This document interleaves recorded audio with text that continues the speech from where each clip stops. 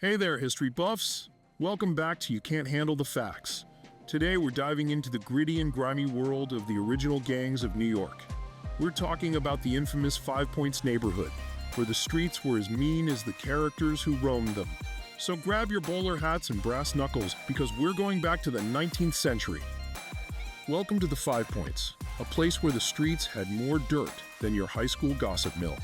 This neighborhood was a melting pot of immigrants, crooks, and let's be honest, people who would steal the shirt off your back and sell it to you the next day. The Five Points got its name from the five-corner intersection at the heart of the neighborhood.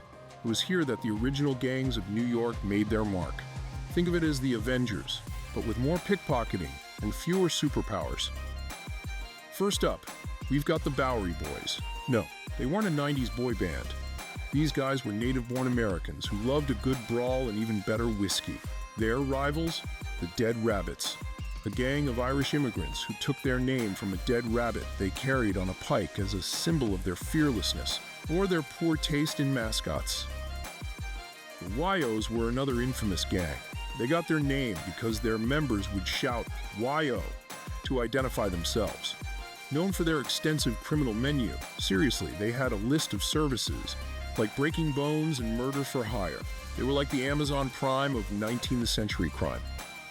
Then we have the Plug Uglies, who got their name because of the huge plug hats they wore. These hats were stuffed with wool to protect their heads during brawls. Practical and stylish, right? These guys would fight anyone, anytime, anywhere, and usually with brass knuckles. One of the biggest gang fights in New York history was the Dead Rabbits Riot of 1857. This wasn't just a few punches thrown in a back alley. Oh no. This was an all-out brawl involving hundreds of gang members from the Dead Rabbits and the Bowery Boys, armed with clubs, bricks, and even guns. They turned the streets into a war zone. It was like a scene out of West Side Story, but with more violence and fewer dance numbers. The Five Points wasn't just about gangs. It was a bustling hub of diversity. You had African Americans, Italians, and Jewish immigrants, all trying to make a living in a place where pickpocketing was practically a career option. It was like the UN, but with more stabbing. Life in the Five Points was tough. Poverty was severe, with families crammed into tiny tenements that were falling apart. The streets were filled with garbage, and clean water was a luxury. Imagine living in a place where your front yard is a landfill and your water comes with a side of typhoid. The gangs ruled the Five Points, but they also had a soft spot for politics. Tammany Hall, the Democratic political machine, loved these guys. They would recruit gangs to intimidate voters and stuff ballot boxes. Who needs democracy when you've got muscle? By the late 19th century, the Five Points started to clean up its act. Immigration slowed, and the city began to implement reforms. The gangs didn't disappear, they just evolved.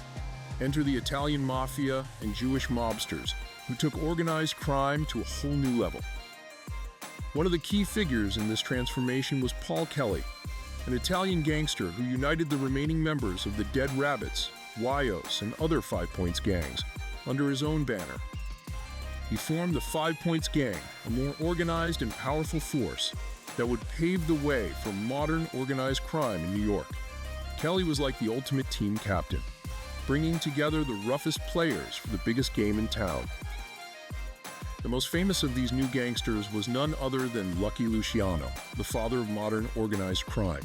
He turned the chaos of street gangs into a well-oiled criminal enterprise. If there were a gangster hall of fame, Lucky would be its Michael Jordan. So what happened to the Five Points? Well, it's now the site of Foley Square, a far cry from its rough-and-tumble past. The streets are cleaner, but if you listen closely, you can almost hear the echoes of old gang fights and the clinking of bootleg whiskey. Thanks for joining us on this trip through time. Don't forget to like, subscribe, and hit that notification bell for more facts you can't handle.